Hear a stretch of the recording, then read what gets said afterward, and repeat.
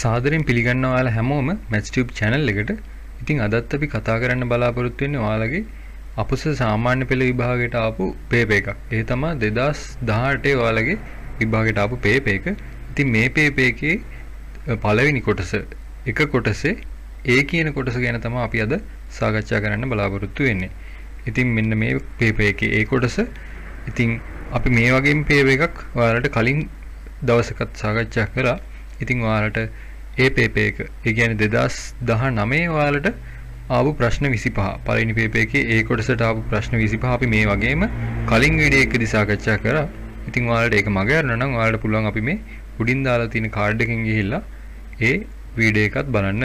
ඉතින් ඒ වගේම වටිනා වීඩියෝ එකක් තමයි මේකත්. ඔයාලට විභාගයට කලින් මට මේක දෙන්න ඕනුනේ. ඉතින් මේ ප්‍රශ්න 25ත් අපි සාකච්ඡා කරලා බලමු කොහොමද මේ ලකුණු 50ක් වටින මෙන්න මේ ප්‍රශ්න 25 අපි ඉක්මනට ගන්න කියලා. ඉතින් මම ඔයාලට කලින්ම කියන්න ඕනේ මෙන්න මේ වීඩියෝ එකෙන් මට ඔයාලට දෙන්න බලාපොරොත්තු වෙන්නේ මේකෙන් අපිට ගන්න තියෙන සංකල්ප ටික. මේකේ ගණිතය සුළු කරන ආකාරයේ ඒ වගේ පොඩි පොඩි දේවල් මම ඔයාලට දෙන්න බලාපොරොත්තු වෙන්නේ නැහැ. තියෙන ගාණක් කොහොමද අපි හදාගෙන යන්නේ ඒ ගාණ හදන්න අවශ්‍ය ප්‍රධානම කරුණු ටික ගැන තමයි මම ඔයාලට මේ වීඩියෝ එකෙන් ප්‍රධාන වශයෙන්ම දෙන්න බලාපොරොත්තු වෙන්නේ. ඉතින් මේ ප්‍රශ්න පත්‍රයේ දුද්දී අපිට මේ ප්‍රශ්න පත්‍රයට ලකුණු බෙදලා තියෙන ක්‍රම ටික මේ විදිහට මම ඔයාලට කලින් සතියේ සාකච්ඡා කරා. ඔයාලට මේ හැමදේම කලින් වීඩියෝ එකකින් ගන්න පුළුවන්. ඉතින් අපි ඉක්මනට ගිහින් බලමු අපි මේ ප්‍රශ්න 25 කොහොමද ලේසියෙන්ම හදාගන්නේ කියලා. ඉතින් අපිට තියෙන පළවෙනි ප්‍රශ්නේ තමයි මිනිසුන් 10 දෙනෙකුට වැඩක් නිම කිරීමට දින 6ක් ගත වෙන බව ඇස්තමේන්තු කර ඇත. එමෙන් දෙගුණයක වැඩක් නිම කිරීමට මිනිසුන් 8 දෙනෙකුට ගත වෙන දින ගණන සොයන්න. ඉතින් අපිට කියනවා මිනිස්සු 10 දෙනෙක් ඕනේ කියලා යම්කිසි වැඩක් නිම කරන්න එයාලට යනවා දින 6ක්. එතකොට මිනිස්සු 10 දෙනෙක් දින 6ක් වැඩ කරොත් යම්කිසි වැඩක් නිම කරන්න පුළුවන්.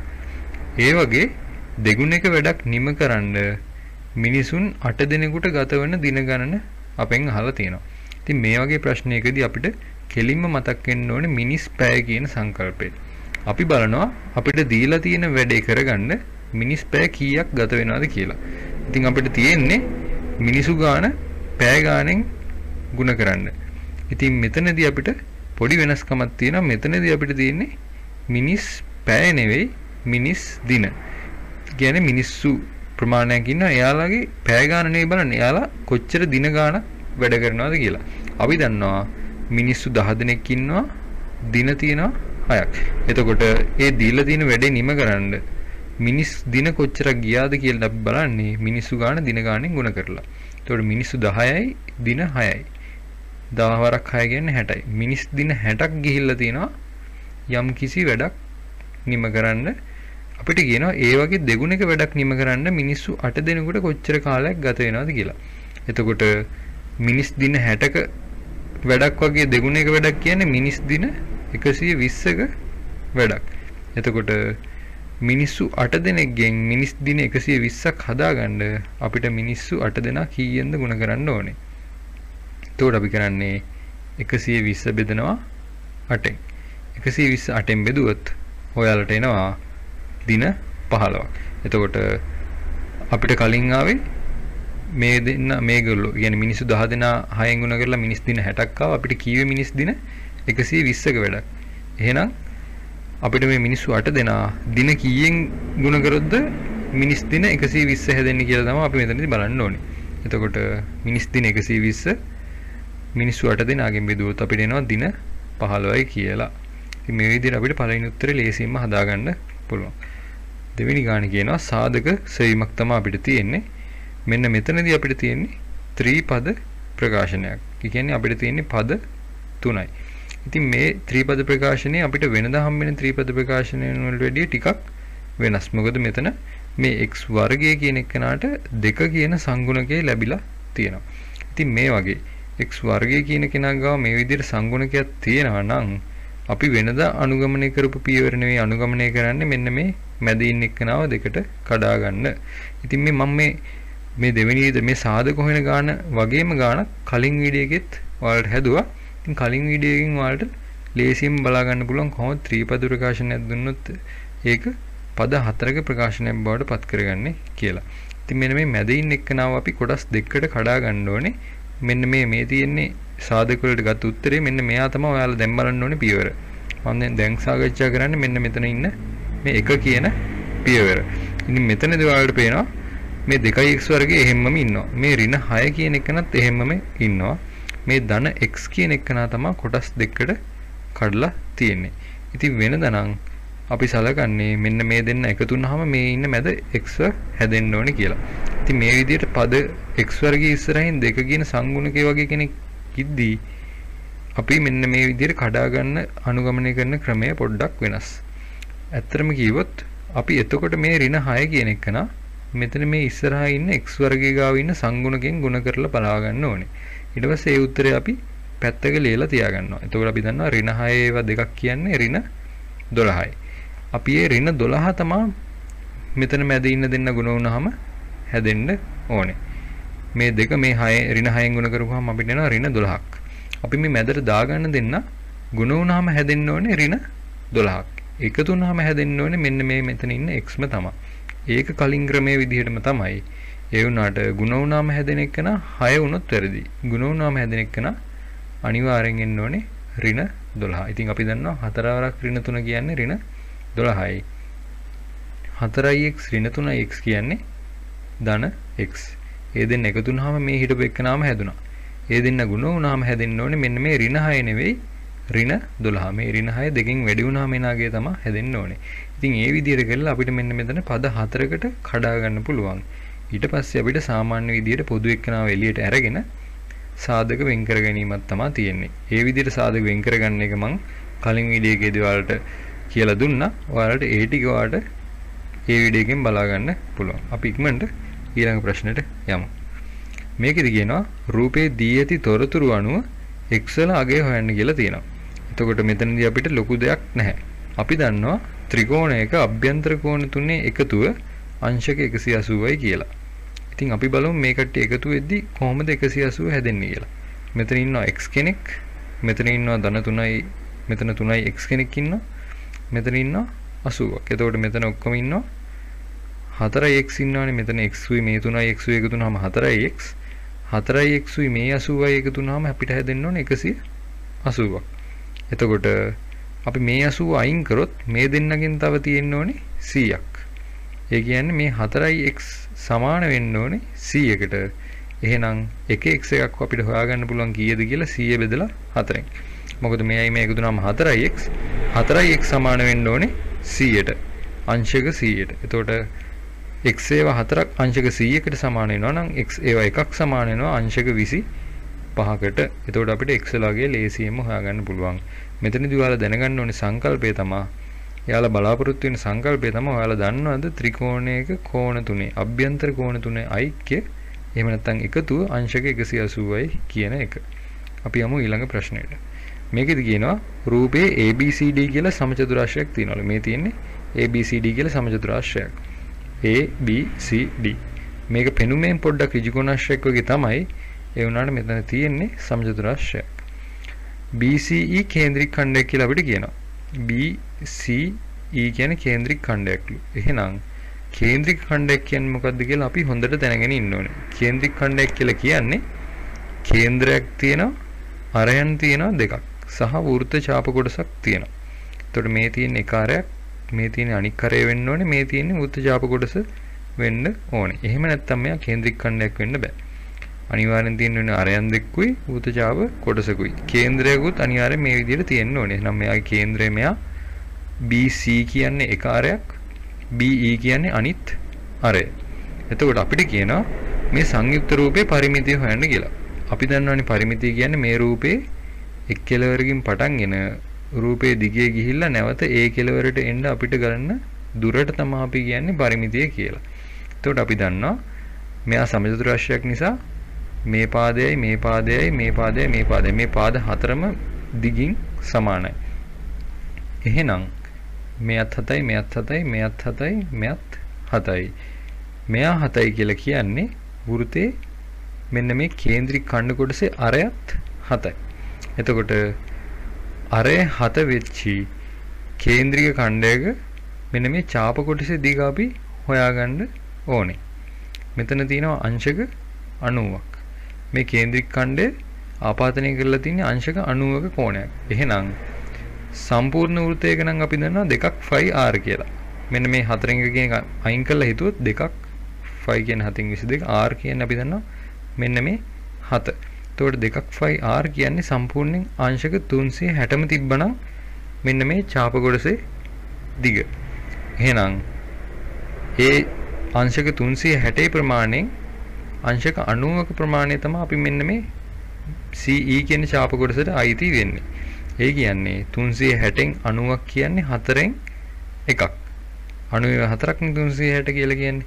එහෙනම් මෙන්න මේ ඡාප කොටසේ දිග 2ක් phi r කියන ප්‍රමාණයෙන් 4න් එකයි. ඒක තමයි මෙන්න මේ තියෙන 2ක් මේ phi r කියන එක 4න් එකෙන් ගුණ කරලා තමයි තියෙන්නේ. එතකොට ඔයාලට පිළිතුරක් එයි මේ ඡාප කොටසට.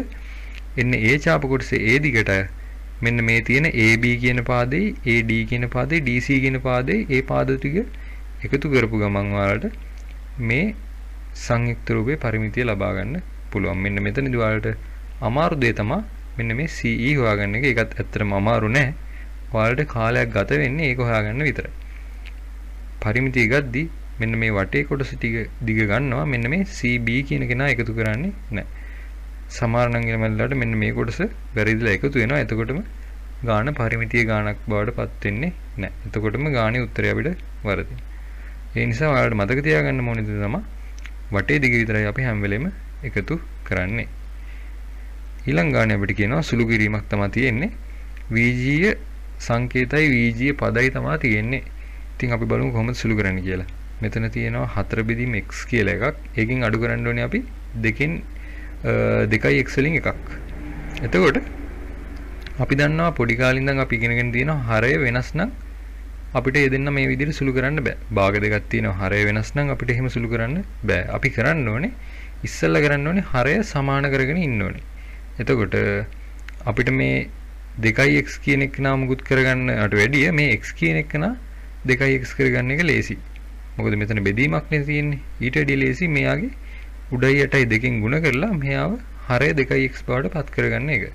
එතකොට මෙයාව 2x කරගන්න උඩයි යටයි දෙකම දෙකෙන් ගුණ කරගන්න ඕනේ. මතක තියාගන්න අනිවාර්යෙන් භාගයක යටට මොන හරි කරනවා නම් එයාගේ උඩටත් ඒ දෙයම කරන්න ඕනේ. යට දෙකෙන් ගුණ කරොත් උඩත් දෙකෙන් ගුණ කරනවා. එතකොට උඩට එනවා 8ක් යටට එනවා 2x.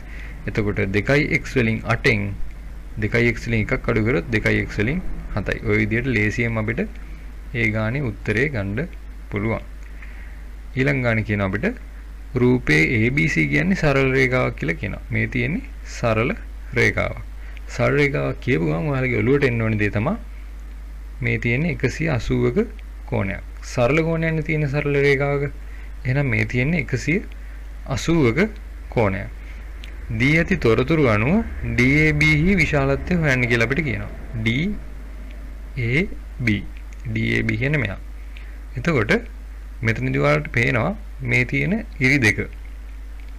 මෙතන තියෙන ඉරයි මෙතන තියෙන ඉරයි එකම සංකේත. ඒ කියන්නේ මේ පාද දිගට මෙතන ඉන්න පාදේ දිග විශාලත්වයෙන් සමානයි. ඒ වගේම මෙතන ඉන්නේ ඒ සංකේතෙම තමයි.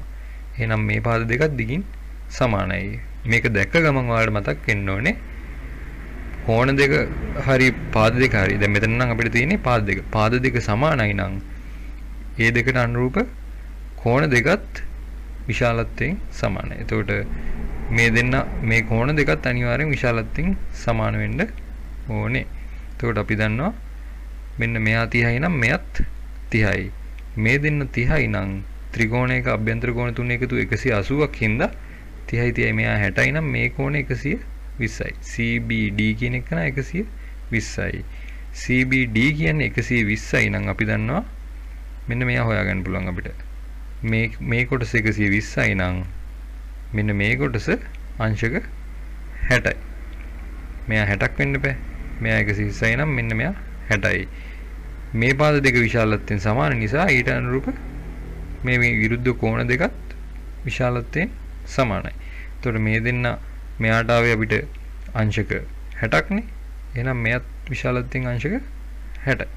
එතකොට අපිට මෙතනදී යාලා බලාපොරොත්තු වෙන්නේ අපි දන්නවද කියලා මේ පාද දෙකක් දිගින් සමානයි නම් ත්‍රිකෝණයක ඊට අනුරූප කෝණ දෙකත් විශාලත්වයෙන් සමානයි කියන එක දන්නවත් කියලා තමයි මේකෙන් අපිට ඒ කට්ටිය බලාපොරොත්තු වෙන්නේ. එහෙනම් මෙයත් අංශක 60යි. මේ දෙන්නම අංශක 60යි.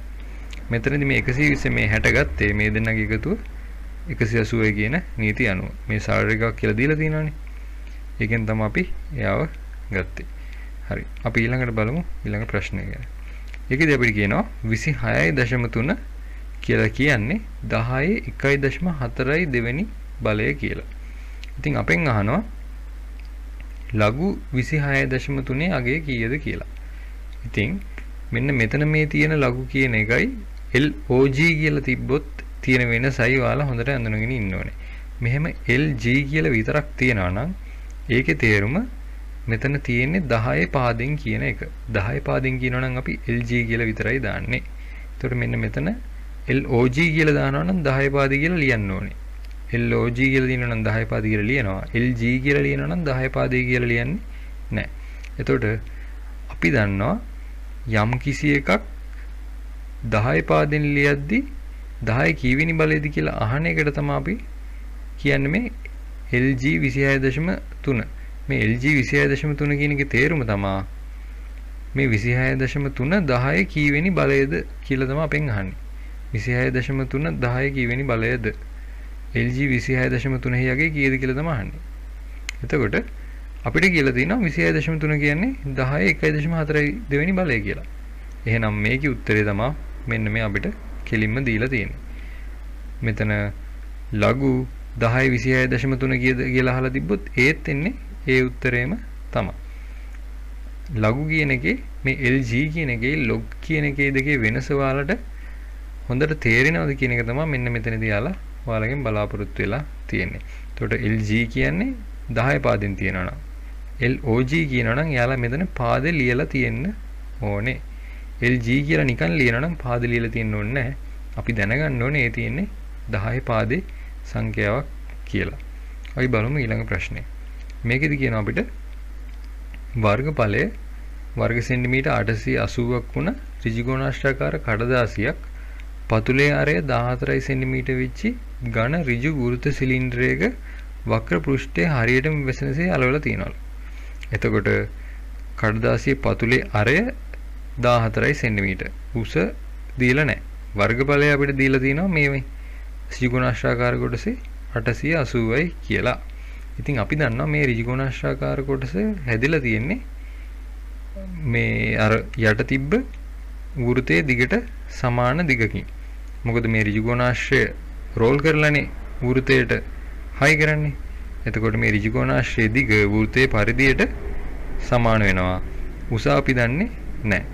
ඒ වුණාට අපිට දීලා තියෙනවා ඍජුකෝණාශ්‍රයේ වර්ගඵලය 880යි කියලා.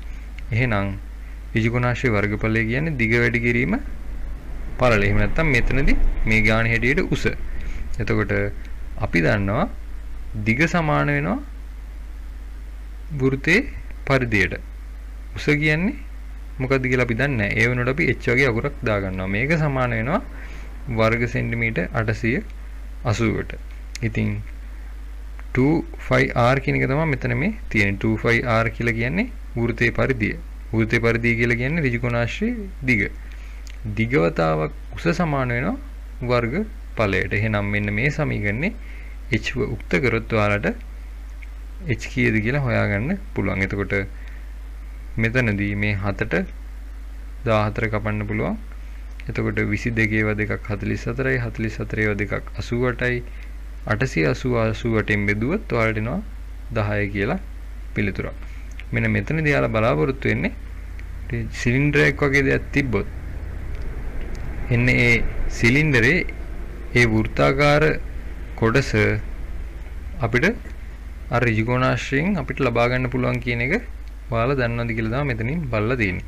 ඒ ඍජුකෝණාශ්‍රයෙන් තමයි අර වෘත්තේ සිලින්ඩර්, ඒ කියන්නේ සිලින්ඩරේ අර වක්‍ර පෘෂ්ඨය හැදිලා තියෙන්නේ මේ වෘතෙන් කියන එකේ අවබෝධය ඔයාලට මෙතනදී තියෙන්න ඕනේ. අපි බලමු ඊළඟ ප්‍රශ්නේ. මේකෙදි කියනවා ABCD කියන්නේ වෘතයේ මත පිහිටි ලක්ෂ 4ක්ලු. ABCD වෘතයේ මත. ඒ කියන්නේ වෘතයේ මෙන්න මේ ධාරයේ උඩ තමයි මේ ලක්ෂ 4 තියෙන්නේ. දී ඇති තොරතුරු අනුව DEC වල විශාලත්වය අපෙන් අහනවා. DEC.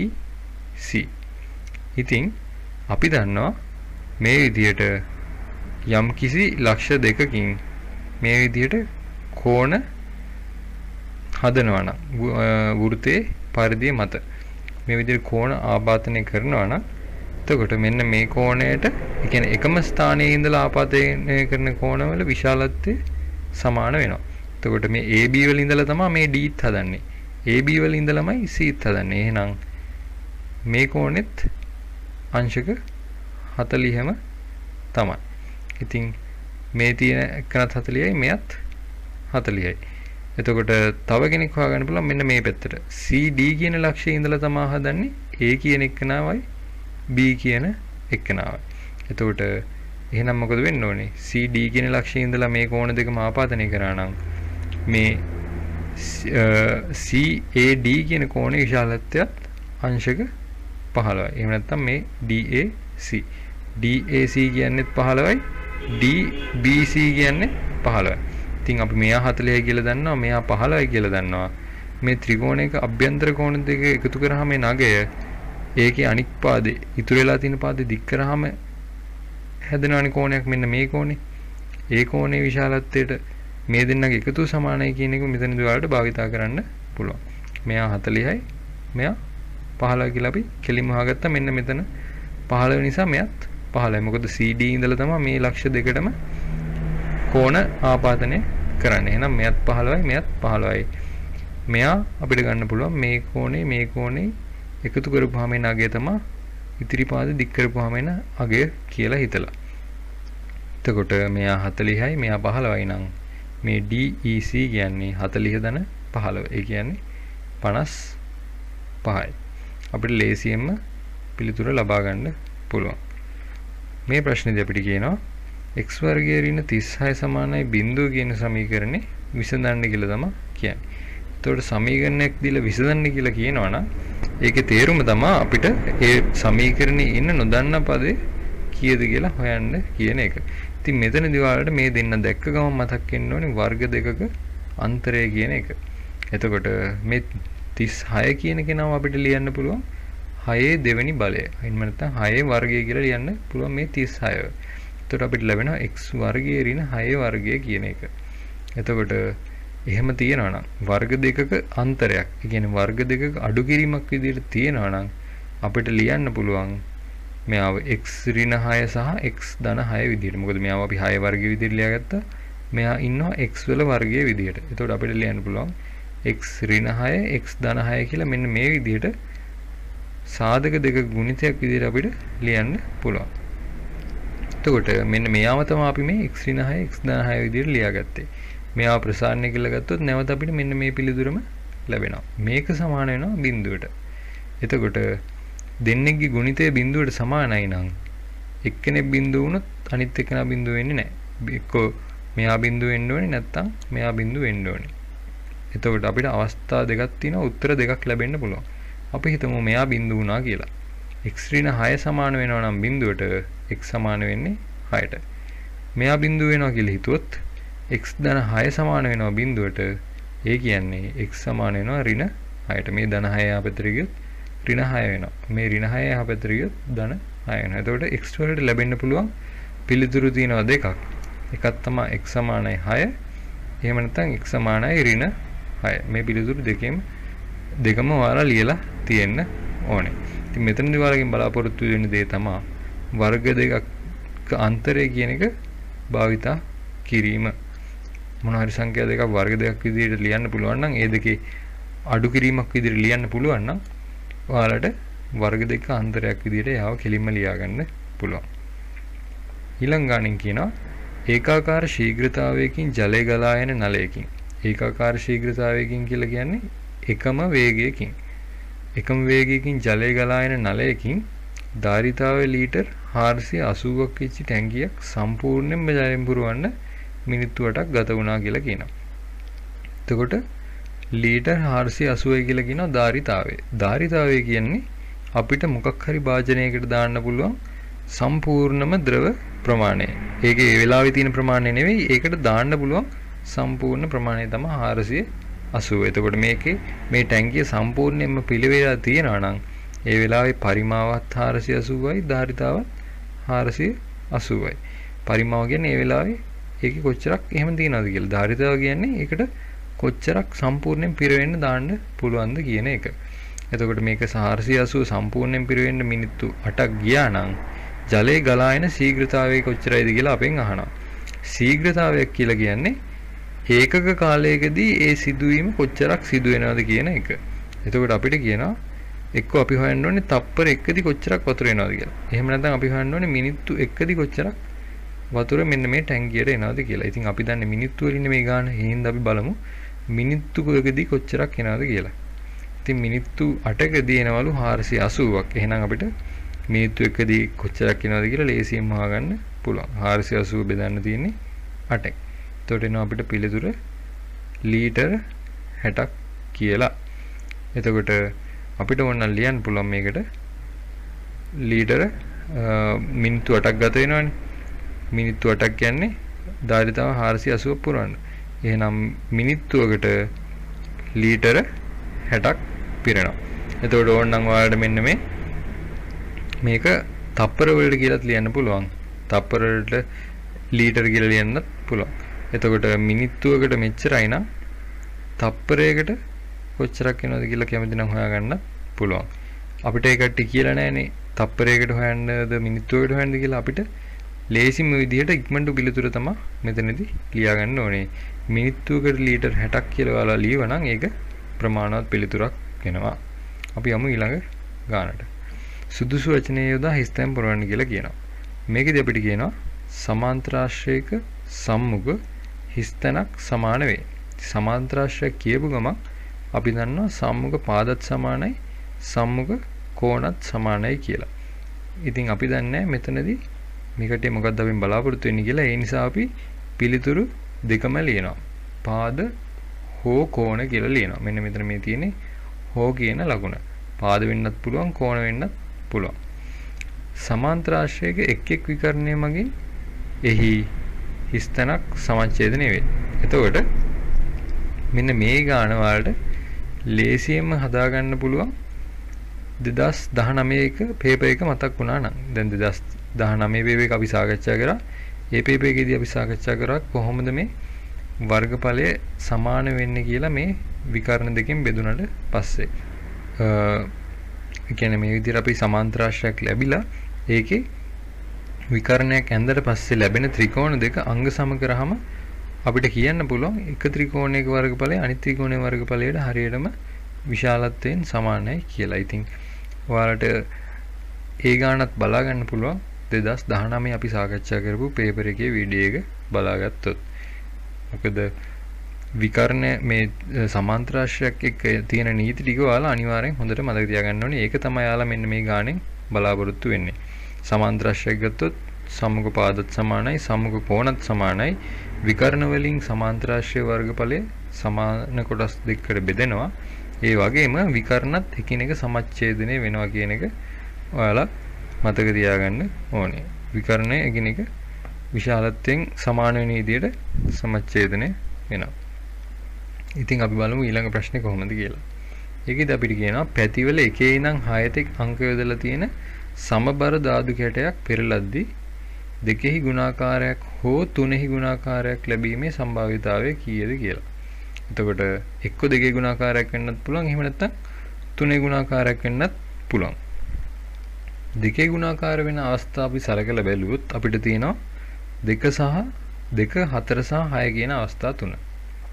එතකොට තුනේ ගුණාකාරයක් වෙන්න පුළුවන් අවස්ථා සලකලා බැලුවොත් අපිට තියෙනවා 3 සහ 6.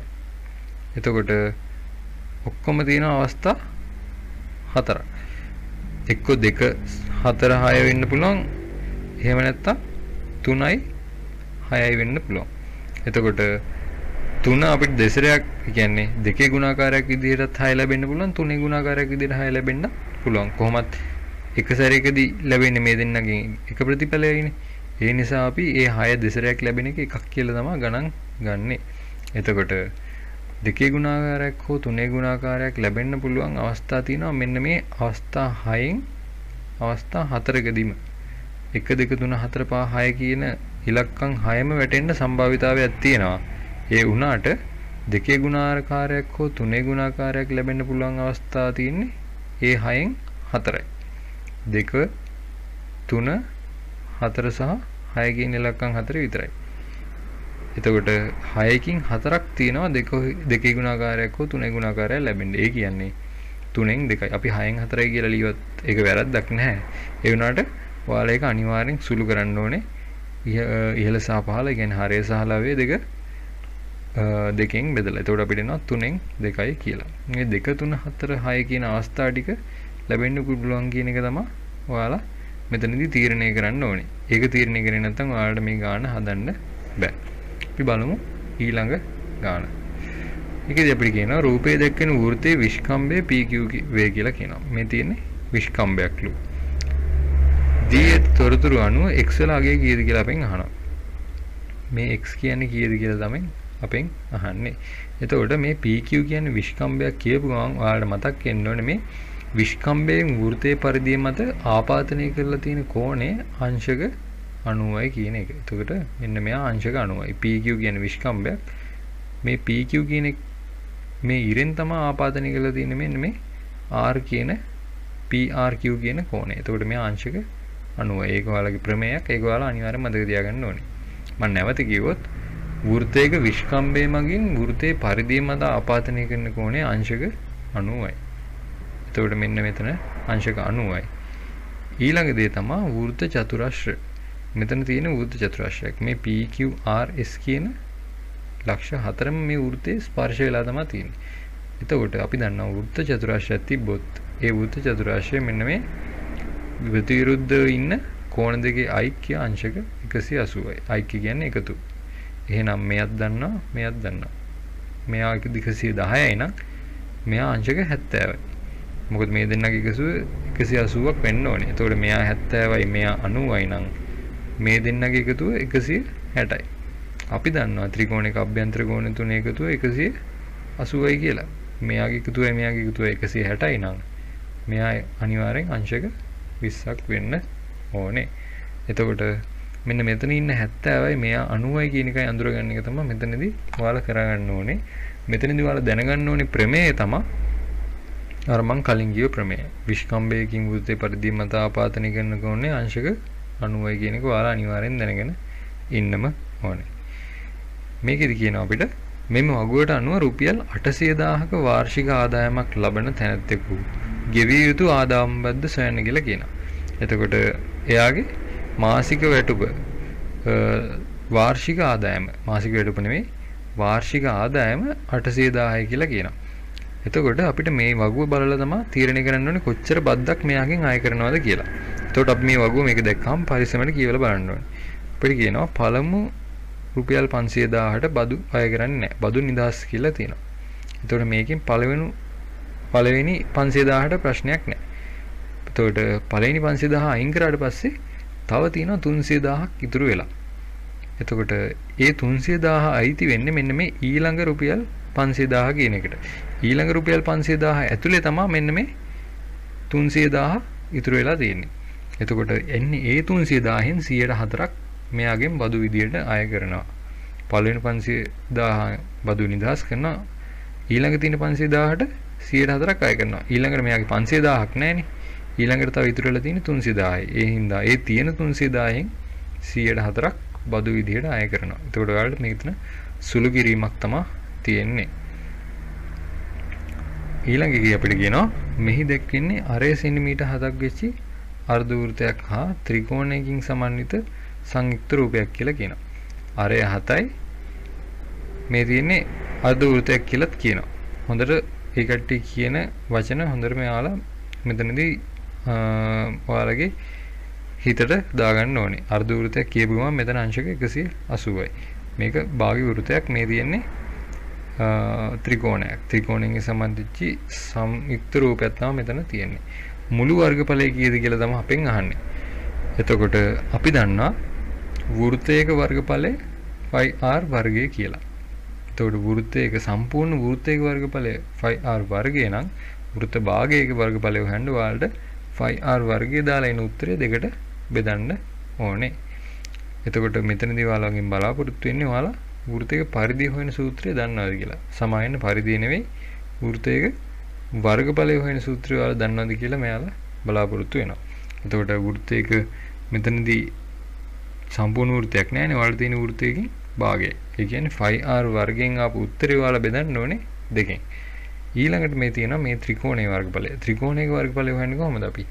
භාග්‍යවතාවක් ආධාරක පාදයේ ගුණ කිරීම ලම්බ උස. එතකොට ආධාරක පාදයේ අපි මෙයා ගත්තොත් මෙයා විස්කම්භයක් නිසා මෙයත් 7යි මෙයත් 7යි. ඒ කියන්නේ මේ දෙන්නම එකතු වුණොත් 14යි. ආධාරක පාදයේ 14යි ලම්බ උස 7යි. එතකොට ඔයාලට සුළු කිරීමක් තමයි තියෙන්නේ. මෙතන මේ තියෙන අර්ධ වෘත්තයේ වර්ගඵලයයි මෙතන මේ තියෙන ත්‍රිකෝණයේ වර්ගඵලයයි එකතු කරන්න තමයි මෙතනදී ඔයාලට තියෙන්නේ. එතකොට ඔයාලට මුළු රූපේම වර්ගඵලය හොයාගන්න පුළුවන්. මෙතනදී ඔයාලා දැනගන්න ඕන දේ තමයි වෘත්තයක වර්ගඵලය හොයන සූත්‍රය සහ ත්‍රිකෝණයක වර්ගඵලය හොයන සූත්‍රය. එයාලා ඒක ඔයාලගෙන් බලාපොරොත්තු වෙනවා. ඊළඟ ප්‍රශ්න ගත්තොත් ඒකේ කියනවා දීලා තියෙන රූපය අනුව x ල අගේ හොයන්න කියලා අපිට කියනවා. එතකොට මෙතනදී ඔයාලා දැනගන්න ඕනේ දෙයක් තියෙනවා. එතකොට මෙන්න මෙතනදී අපි දන්නවා මෙන්න මේ DFC කියන්නේත් අංශක 100යි. ඒකට හේතුව තමයි මෙන්න මේ දෙන්න අනුරූප කෝණ. F හැඩේ කට්ටියනේ. අනුරූප කෝණ කියලා ගන්න හේතුව මොකද්ද? මෙන්න මෙතන ඔයාලට මධ්‍ය ලක්ෂ ප්‍රමේය භාවිතා වෙනවා. මෙන්න මේ තියෙන ඉරයි මේ තියෙන ඉරයි DB කියන ඉරයි DA කියන ඉරයි හරියටම සමානව බෙදලා ගිහිල්ලා තිනවා මේ EC කියන ඉරෙන්. එහෙනම් අපිට තීරණය කරන්න පුළුවන් මේ EC කියන ඉරයි AB කියන ඉරයි සමාන්තරයි කියලා. මේ සමාන්තරයි කියලා හිතුවොත් විතරයි අපිට ගන්න පුළුවන් මෙයත් 100යි මෙයත් 100යි. අර F අකුර හැඩයට තියෙන කෝණ විදිහට අපි ගන්න අනුරූප කෝණ. ඒ හින්දා මෙයත් 100යි මෙයත් 100යි. එතකොට අපි දන්නවා මේ FC කියන්නේ ABට සමාන්තරයි කියලා. අන්න ඒකෙන් ගත්ත කියන දේ ඔයාලා අනිවාර්යෙන් මතකේ තියාගන්න ඕනේ. එතකොට මෙයා 100යි කියලා ගත්තොත් අපි දන්නවා මේ දෙන්නගේ එකතුව 180යි. මේ DFE කියන්නේ මේ 180 ඉතුරු කොටස. එතකොට මේ සම්පූර්ණ කොටස 180යි. මෙයා 100යි නම් මේ කොටස 80යි. එතකොට ත්‍රිකෝණයක අභ්‍යන්තර කෝණ තුන එකතුව 180 කියන එක දැම්මොත් මෙයා 80යි මෙයා 20යි නම් මෙයත් අංශක 80ම තමයි. එතකොට ත්‍රිකෝණයක අභ්‍යන්තර කෝණ තුනේ ඓක්‍ය කියන එකත් මේ ගණන් කිහිපයකදීම අපිට දැන් හම්බුණා. ඒ කියන්නේ ඒකත් ඔයාලා හොඳට දැනගෙන ඉන්න ඕනේ දෙයක්. එතකොට මධ්‍ය ලක්ෂ ප්‍රමේය මෙතනදී භාවිතා වුණා. ඒකාන්තර කෝණ, අනුරූප කෝණ, මිත්‍ර කෝණ, ඒ කෝණ වර්ග ටිකත් හොඳට ඔයාලා අවබෝධ කරගෙන ඉන්න ඕනේ. මෙතනදී අපිට භාවිතා වුණේ අනුරූප කෝණ. අපි බලමු ඊළඟ ප්‍රශ්නය. මෙතනදී අපිට තියෙන්නේ න්‍යාස ගුණිතය පිළිබඳ දැනුම අපෙන් අහලා තමයි තියෙන්නේ. ඒතකොට න්‍යාස ගුණ වෙන්නේ කොහොමද කියලා ඔයාලගේ හොඳ අවබෝධයක් තියෙන්න ඕනේ. අපි දන්නවා මෙන්න මේ පළවෙනි එකනා හැදෙන්නේ පළවෙනි පේලියයි පළවෙනි තීරුවයි ගුණ වෙලා. පළවෙනි පේලියයි පේලි කියන්නේ මේ අතර තියෙන කට්ටිය. තිරස් කට්ටිය. සිරස් කට්ටිය තීරු. මේ පැත්තට පේලි මේ පැත්තට තීරු. එතකොට පළවෙනි පේලියයි පළවෙනි තීරුවයි ගුණ වෙලා තමයි මේ x හැදෙන්නේ. පළවෙනි පේලියයි දෙවෙනි තීරුවයි ගුණ වෙලා තමයි මේ y හැදෙන්නේ. දෙවෙනි පේලියයි පළවෙනි තීරුවයි ගුණ වෙලා තමයි මේ ඍණ 6 හැදෙන්නේ. දෙවෙනි පේලියයි දෙවෙනි තීරුවයි ගුණ වෙලා තමයි මෙන්න මේ 3 හැදෙන්නේ. එතනදී මම මේ ගුණ වෙලා කියලා කීවට එතනදී ඒ කට්ටිය අතර එකතු කිරීම සිද්ධ වෙනවා. උදාහරණයක් විදිහට කිව්වොත් මෙන්න මේ ඍණ 6 හැදෙන්නේ මෙහෙම. මේ පළවෙනි දෙවෙනි පේලිය පළවෙනි තීරුවෙන් ගුණ වෙලා. ඒතර මේ ගුණ වෙන්නේ මෙන්න මේ විදිහට. බිංදුව ගුණ වෙනවා එකෙන් ඒකට එකතු කරනවා 3 ගුණ වෙනවා ඍණ 2කින්. බිංදුව එකෙන් ගුණ වුණොත් බිංදුවයි 3 ගුණ වුණොත් ඍණ 2කින් ඍණ 6යි.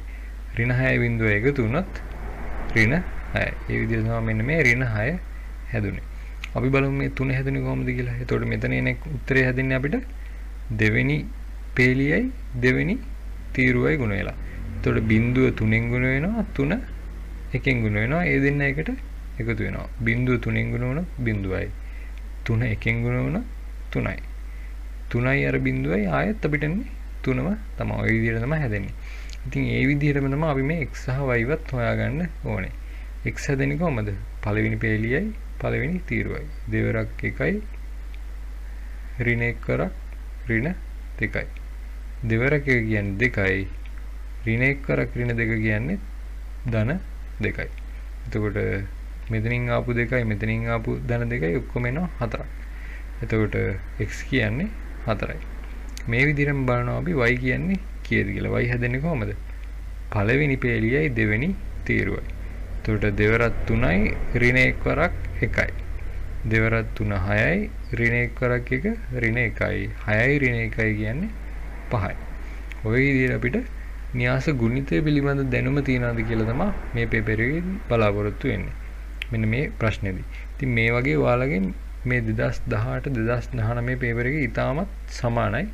ඔයාලා මේ පේපර් එක කරොත් ඔයාලට ලේසියෙන්ම මේ පේපර් එකත් කරගන්න පුළුවන්. මේ අවසන් පේපර්ස් ටික කරලා යන එක ඔයාලට ගොඩක් වටින දෙයක් වෙනවා. අපි බලමු ඊළඟ ප්‍රශ්නේ. මේකෙදි කියනවා රූපේ ඇති වෘත්තයේ කේන්ද්‍රය O කියලා කියනවා. මේ O කියලා කියන්නේ රූපේ වෘත්තයේ තියෙන කේන්ද්‍රය කියන්නේ මධ්‍ය ලක්ෂය. දී ඇති තොරතුරු අනුව OCB හි විශාලත්වය සොයන්න කියලා කියනවා. OCB. OCB වල විශාලත්වය කීයද කියලා තමයි අපෙන් අහන්නේ. එතකොට මෙතනදී අපි දන්නවා මෙන්න මේ CA කියන ලක්ෂ දෙකේ ඉඳලා තමයි මෙන්න මේ COA කියන කෝණයයි CBA කියන කෝණයයි දෙකම ප්‍රක්ෂේපණය වෙලා තියෙන්නේ. එතකොට මෙතන තියෙන වෙනස තමයි මේ CBA කියන කෝණයේ තියෙන වෘත්තයේ පරිධිය මත COA කියන කෝණයේ තියෙන වෘත්තයේ කේන්ද්‍රය මත.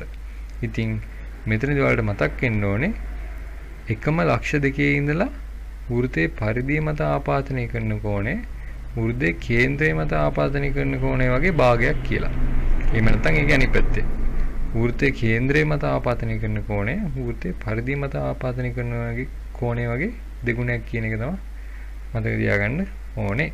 එහෙනම් මෙයා 50යි නම් මෙයා 25යි. එහෙනම් මෙන්න මේ CBA කියන කෝණය 25යි. ඊළඟට ඔයාලට පේන්න ඕනේ දේ තමයි මෙන්න මෙතන තියෙන අපේ කේන්ද්‍රයේ ඉඳලා මෙන්න මේ AB කියන ජායට ඇඳලා තියෙනවා මෙන්න මේ විදිහට රේඛා ඛණ්ඩයක්.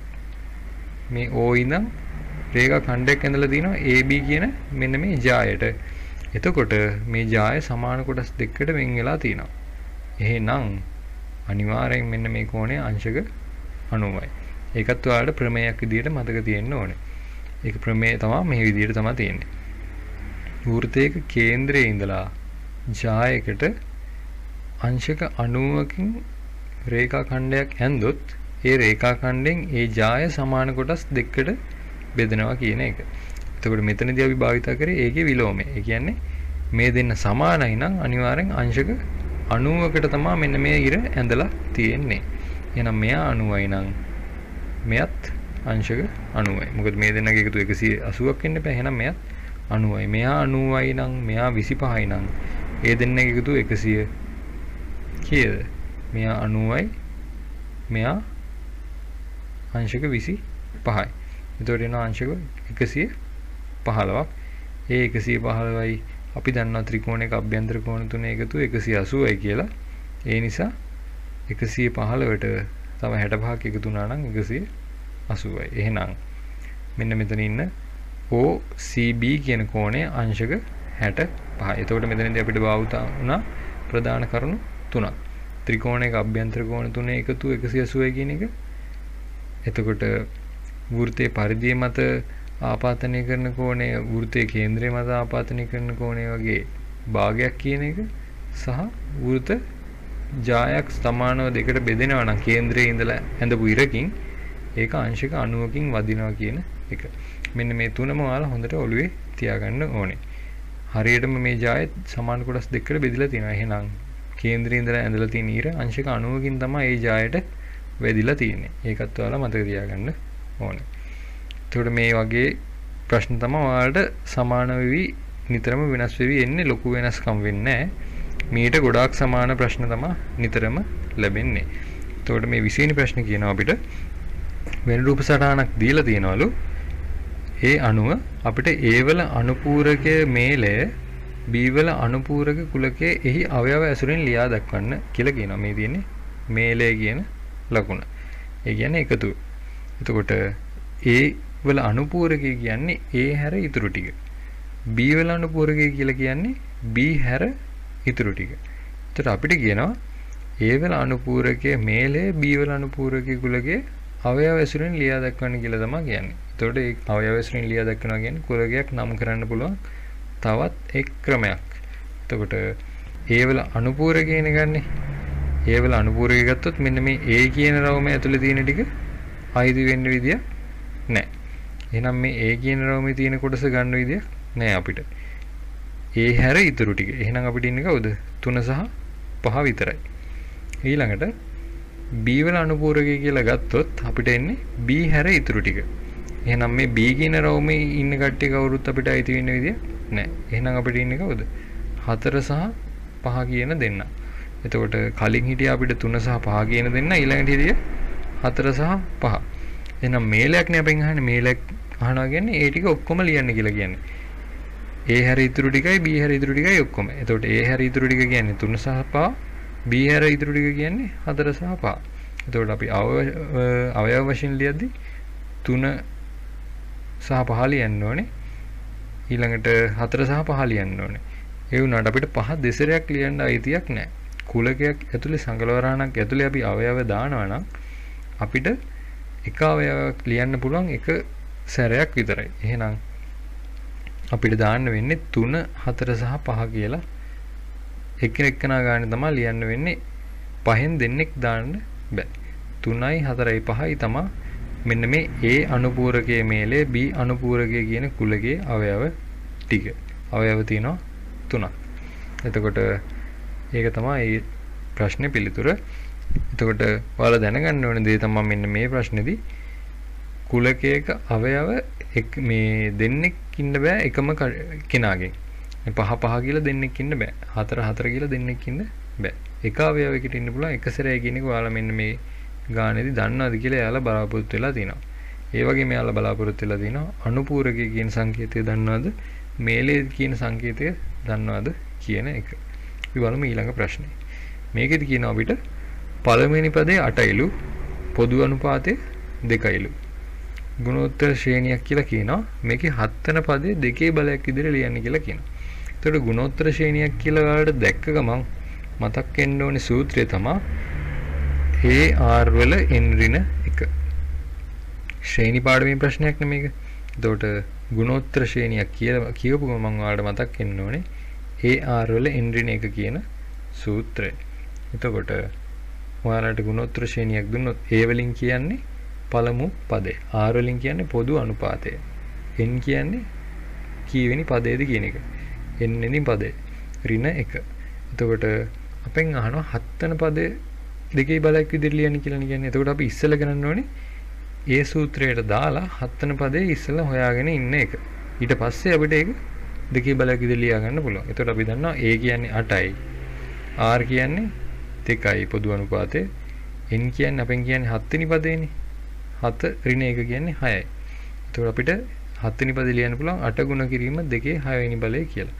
එතකොට අපෙන් අහන්නේ මෙහෙම පිළිතුරක් නෙවෙයිනේ දෙකේ බලයක් විදිහට ලියන්න කියන්නේ. එහෙනම් මෙන්න මේ 8 කියන එක නම් අපි දෙකේ බලයක් විදිහට හදාගෙන ඉන්න ඕනේ. ඉතුරු කෙනා දෙකේ බලයක් විදිහටම දැනටමත් අපිට ඇවිත් ඉවරයි. එතකොට මේ 8 කියන එක නම් අපිට ලියන්න පුළුවන් දෙකේ 3 වෙනි බලය කියලා. 8 හැදෙන්නේ දෙක එයාගෙම 3 සැරයක් ගුණ වෙලා. එතකොට 8 කියන්නේ දෙකේ 3 වෙනි බලය. 2 වරක් 2 4යි 4 වරක් 2 8යි. එතකොට දෙකේ 3 වෙනි බලය ගුණ කිරීම දෙකේ 6 වෙනි බලය තමයි අපිට ලැබෙන්නේ. එතකොට ඒක අපිට සුළු කරලා ලියන්න පුළුවන් 3යි 6යි 9යි. මේක දෙකේ 3 වෙනි බලය විදිහට ලියන්න පුළුවන් නේ. එතකොට පාද සමාන වෙලා දර්ශක ගුණ වෙනවා නම් පාද සමාන වෙලා මේ විදිහට සංඛ්‍යා දෙක ගුණ වෙනවා නම් දර්ශක දෙක එකතු වෙන එක තමයි වෙන්නේ. එතකොට මෙතන දෙකේ 3 වෙනි බලය 3 තිබ්බා. මෙයාගේ 6 තියෙනවා. 6 3 එකතු වුණොත් 9යි. දෙකේ 9 වෙනි බලය කියලා අපිට ලියන්න පුළුවන් 7 වෙනි පදේ මෙන්න මේ ගුණෝත්තර ශ්‍රේණියේ. එතකොට අපි හැම වෙලෙම මෙයාලා අහලා තියෙන ප්‍රශ්නෙට තමයි උත්තරේ ලියන්න ඕනේ. එක තැනකින් ලියලා පිළිතුර නතර කරොත් අපිට සම්පූර්ණ ලකුණු හම්බ වෙන්නේ නැහැ. මෙතනින් ලියුවොත් අපිට යම් ලකුණු කොටසක් හම්බ වෙනවා සම්පූර්ණ ලකුණු කොටස හම්බ වෙන්නේ නැහැ. ඉතින් ඔයාලගෙන් මේ ප්‍රශ්නේ දිහා බලාපොරොත්තු වෙලා තියෙන්නේ ගුණෝත්තර ශ්‍රේණියක පොදු සාධාරණ සමීකරණයක් දන්නවද? ඒ වගේම දර්ශක පිළිබඳව ඔයාලගේ දැනුම තමයි මෙතනදී ආලා බලාපොරොත්තු වෙලා තියෙන්නේ. 22 වෙනි ප්‍රශ්නේ කියනවා අපිට 0.8යි 2.4යි කියලා ලක්ෂ දෙකක් තියෙනවලු. මේ ලක්ෂ දෙක හරහා යන සරල රේඛාවේ අනුක්‍රමණය හොයන්න කියලා අපිට කියලා තියෙනවා. එතකොට අනුක්‍රමණයක් හොයන්න කියලා තිබ්බ ගමන් අපි කරන්න ඕනේ අනුක්‍රමණය හොයන්නේ කොහොමද කියලා මතක් කරගන්න එක. එතකොට අනුක්‍රමණය හොයන්නේ කොහොමද කියලා මම ඔයාලට කලින් වීඩියෝ එකේදී කියලා තියෙනවා. ඔයාලට මේ වීඩියෝ එක බලුවොත් තවත් හොඳ අදහසක් ලැබෙයි. මොකද ඒකේ ප්‍රස්තාරයකුත් එක තමයි මම විස්තර කරේ. ඉතින් අනුක්‍රමණය හොයන්නේ අපි ලක්ෂ දෙකක් භාවිතා කරලා තමයි මේ ලක්ෂ දෙකේ y ඛණ්ඩාංක දෙකේ වෙනස බෙදන්න ඕනේ x ඛණ්ඩාංක දෙකේ වෙනසෙන්. y ඛණ්ඩාංක දෙකේ වෙනස බෙදනවා අපි x ඛණ්ඩාංක දෙකේ වෙනසෙන්. x ඛණ්ඩාංක දෙකේ වෙනස y ඛණ්ඩාංක දෙකේ වෙනසෙන් නෙවෙයි බෙදන්නේ. අනිවාර්යෙන් ලවයට තියෙන්න ඕනේ y ඛණ්ඩාංක දෙක. මෙන්න මේ විදිහට. හරයට තියෙන්න ඕනේ x ඛණ්ඩාංක දෙක. එතකොට අපි y ඛණ්ඩාංක විදිහට 8යි 4යිනේ අපිට ඉන්නේ. x ඛණ්ඩාංක විදිහට ඉන්නේ 0.2යි. 8න් 4ක් අඩු කරොත් ඒ වගේම අපි අඩු කරන්න ඕනේ 0.2ක්. y ඛණ්ඩාංක 4 ඉස්සෙල්ලා අරගෙන 4න් 8ක් අඩු කරොත් x වලිනුත් 2කින් බිඳුවක් තමයි අඩු කරන්න ඕනේ. ඉස්සෙල්ලා අඩු කරපු එකනාගෙන් තමයි y සහ x කියන දෙන්නම අඩු කරන්න පටන් ගන්න ඕනේ. අපි මෙයාගෙන් y කට්ටිය අඩු කරන්න පටන් ගත්තොත් x කට්ටිය අඩු කරන්න පටන් ගන්නෙත් මෙයාගෙන්මයි. 4න් 8ක් අඩු කරොත් 2කින් බිඳුවක්. 8න් 4ක් අඩු කරොත් 0.2ක්. මෙතනදි කරලා තියෙන අපි 8න් 4ක් අඩු කරලා තියෙනවා. ඒ හින්දා 0.2න් තමයි 2ක් අඩු කරලා තියෙන්නේ. එතකොට 8 ඍණ 4 කියන්නේ 4යි, 0 ඍණ 2 කියන්නේ ඍණ 2යි. 4 ඍණ 2කින් බෙදුවොත් ඍණ 2යි. එතකොට ලක්ෂයක අනුක්‍රමණය හොයන සරලම ආකාරය ඔයාලා දන්නවද කියලා තමයි මෙතනදී යාලා බලාපොරොත්තු වෙන්නේ. y ඛණ්ඩාංක දෙකේ වෙනස බෙදීම x ඛණ්ඩාංක දෙකේ වෙනස කියන එක හොඳට දැනගෙන ඉන්න ඕනේ. 23 වෙනි ප්‍රශ්නේ අපිට කියනවා ආරෝහණ පටිපාටියට සකස් කරන ලද දත්ත වැලක පළමු වන චතුර්ථකයේ පිහිටා ඇත්තේ 7 වන ස්ථානයේය. මෙම වැලේ ඇති දත්ත සංඛ්‍යාව කීයද කියලා අපෙන් අහනවා. එතකොට අපි චතුර්ථක හොයන්න භාවිතා කරන සමීකරණය එහෙම නැත්නම් සූත්‍රය ඔයාලා මතකයේ තියාගෙන තියෙන්න ඕනේ. එතකොට අපිට යම්කිසි දත්ත සංඛ්‍යාවක් තියෙනවා නම් අපි පළවෙනි චතුර්ථකය හොයන්නේ ඒ දත්ත සංඛ්‍යාවට එකක් එකතු කරලා ඒක 4ෙන් බෙදනවා. දෙවෙනි චතුර්ථකය හොයන්නේ අපි දත්ත සංඛ්‍යාවට එකක් එකතු කරලා ඒක 4ෙන් 2කින් ගුණ කරනවා. කලින් එකේ වොන්න පළවෙනි චතුර්ථකය හොයද්දී ඔයාලට හිතා ගන්න පුළුවන් 4කින් ගුණ කරනවා කියන එක. දෙවෙනි චතුර්ථකය හොයද්දී ඔයාලට හිතන්න පුළුවන් 4ෙන් 2කින් ගුණ කරනවා කියන එක. තුන්වෙනි චතුර්ථකය හොයද්දී ඔයාලට හිතා ගන්න පුළුවන් 4ෙන් 3ෙන් ගුණ කරනවා කියලා. ඉතින් මේ විදිහට හැම වෙලේම දත්ත සංඛ්‍යාවට එකක් එකතු කරලා තමයි චතුර්ථකය හොයන්නේ. දත්ත සංඛ්‍යාවට එකක් එකතු කරලා 4ෙන් 1කින් ගුණ කරොත් ඒ හොයලා තින්නේ අපි පළවෙනි චතුර්ථකය. දත්ත සංඛ්‍යාවට එකක් එකතු කරලා 4ෙන් 2කින් ගුණ කරොත් ඒ අපි හොයලා තින්නේ දෙවන චතුර්ථකය. ඉතින් මේතරදී අපි කතා වෙන්නේ පළමු චතුර්ථකය ගැන. ඒ හින්දා දත්ත සංඛ්‍යාවට එකක් එකතු කරලා 4ෙන් 1කින් තමයි ගුණ කරලා තියෙන්නේ. අපිට කියන පළමු චතුර්ථකයේ පිහිටලා තියෙන්නේ 7 වෙනි ස්ථානයේ කියලා. එහෙනම් 4ෙන් 1 ගුණ කිරීම n ධන 1 සමාන වෙනවා 7ට. n කියලා කියන්නේ මෙතන දත්ත සංඛ්‍යාව. එහෙම නැත්නම් අන්තිම දත්ත කීවෙනි දත්තේද කියන එක තමයි මේ n වලින් සඳහන් වෙන්නේ. එතකොට මෙතන දත්ත සංඛ්‍යාව කීයද කියලා නහන්නේ. එහෙනම් මේ සමීකරණය අපි ලියලා n උක්ත කරගත්තා නම් අපිට n කීයද කියලා හොයාගන්න පුළුවන්. ඉස්සෙල්ලම අපිට මේ 4ෙන් අයින් කරගන්න මේ 4 ගෙනියනවා එහා පැත්තට. එතකොට 4 7 28යි. එතකොට n ධන 1 සමාන වෙනවා 28ට. මේ ධන එක එහා පැත්තට ගියොත් ඍණ 1 වෙනවා. ඒ කියන්නේ 28 ඍණ 1. ඒ කියන්නේ 27යි. ඒ කියන්නේ දත්ත තියෙන්නේ 27යි. n සමානයි 27යි කියලා නෙන්නේ අපිට. ඒ කියන්නේ දත්ත තියෙන්නේ 27යි. ඒ විදිහට අපිට චතුර්ථක හොයන දැනුම ඔයාලගේ මතකේ තියෙන්න ඕනේ. එතකොට පළවෙනි චතුර්ථකේ නම් දත්ත සංඛ්‍යාවට එකක් එකතු කරලා 4ෙන් 1කින් ගුණ කරනවා.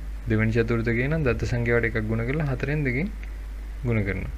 තුන්වෙනි චතුර්ථකේ වෙනවා නම් දත්ත සංඛ්‍යාවට එකක් එකතු කරලා 4න් 3න් ගුණ කරනවා. මේ විදිහට අපිට චතුර්ථක හොයන්න පුළුවන් ද කියන දැනුමත් එයාලා මෙතනදී අපෙන් බලාපොරොත්තු වෙනවා. මෙතනදී අපිට තියෙන්නේ සුළු කිරීමක්. 3ක් බෙදන්න තියෙන්නේ 10ක් b වලින්. ඒක බෙදලා තියෙනවා 9 බෙදීම 5ක් b වලින්. එතකොට අපි දන්නා මේ අපිට තියෙන්නේ VG භාග. VG භාග තිබ්බත් අපිට සාමාන්‍ය භාග විදිහටම තමයි ඒක හදන්න වෙන්නේ. මෙන්න මේ බෙදීම ගුණ කිරීමක් බවට පත් වෙනවා.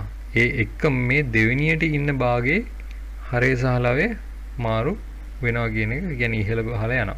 හරය උඩට ගිහිල්ලා එයා ලවය වෙනවා. ලවය පහළට ගිහිල්ලා එයා හරය බවට පත් වෙනවා. ඒක ඔයාලා දැනගෙන ඉන්න ඕනේ. එතකොට මෙන්න මෙතන මේ තියෙනා වගේ 3ක් බෙදීම 10ක් b ගුණ කිරීම ලකුණ ආපු ගමන් 5ක් b උඩට ගිහිල්ලා 9 යනවා පල්ලෙහාට. එතකොට මේ b ට b අයින් කරන්න පුළුවන්. 5ට 10 කපන්න පුළුවන්. 5 1යි 5 2යි කියලා. මෙතන මේ 3ට මේ 3 අයින් කරන්න පුළුවන්. 3 1යි 3 3යි. මෙතන 2ක් ඉතුරු වුණා. මෙතන 3ක් ඉතුරු වුණා. 2 වරක් 3 6යි. ලවයේ අපිට ඉතුරුනේ a කෙනෙක් විතරයි. එතකොට a බෙදීම 6යි කියලා අපිට පිළිතුර ලැබෙනවා. අපි බලමු 25 වෙනි ගාන. එක තමයි අපේ අවසන් ගණන. මේක කියනවා දීලා තියෙන සමාන්තරාශ්‍රයක්ලු. ABCE කියන්නේ සමාන්තරාශ්‍රයක්. A B C E සමාන්තරාශ්‍රයක් කියපු ගමන් ඔයාලට මතක් වෙන්න ඕනේ සම්මුඛ පාද සමානයි සම්මුඛ කෝණ සමානයි කියන එක. මේ දෙක තමයි ප්‍රධානයෙන්ම ඔයාලට මතක් වෙන්න ඕනේ දේ. එතකොට අපිට කියනවා ABC හා D ලක්ෂ 4 වෘත්තයේ මත පිහිටයි. එතකොට වෘත්තයේ මත පිහිටයි කියලාත් කියනවා. එතකොට ABCD ABCD කියන්නේ එතකොට වෘත්ත චතුරාශ්‍රයක් කියලා ඔයාලට පේන්න ඕනේ. වෘත්තයේ මත පිහිටයි. D ඇති තොරතුරු අනුව ECD හි විශාලත්වය හොයන්න කියලා තමයි අපිට කියන්නේ. ECD මෙන්න මේ පොඩි කෝණය කීයද කියලා තමයි අපෙන් අහන්නේ.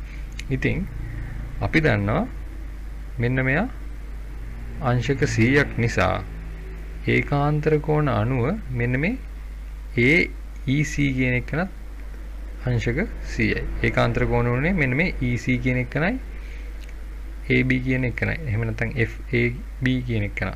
මෙන්න මෙයා මේ දෙන්න එකිනෙක සමාන්තර වුණා. සමාන්තර රේඛා දෙකක් මේ විදිහට තියෙනවා නම් ඒ දෙන්න කපාගෙන යන මේ පොදු රේඛාවෙන් අපිට හැදෙනවා ඒකාන්තර කෝණයක්. මේ 100ට මෙයත් සමානයි. Z අකුර හැඩේ කෝණය අපි ගන්න ඒකාන්තර කෝණ විදිහට. එතකොට මෙයත් 100යි. මෙයා 100යි නම් මෙන්න මෙතන ඉන්න කෝණය අනිවාර්යෙන් අංශක 80යි. මෙයා 100යි. මේ දෙන්නගේ එකතු 180ක් නිසා මෙන්න මෙයා 80යි. එතකොට අපි දන්නවා දැන් මෙන්න මේ කෝණය මේ පොඩි කෝණය DEC කියන්නේ 80යි කියලා දන්නවා. ඒ වගේම මෙන්න මෙයා අපි 100යි කියලා හොයාගත්තා. මෙන්න මේ 100ට මෙන්න මෙයා විශාලත්වයෙන් සමාන වෙනවා.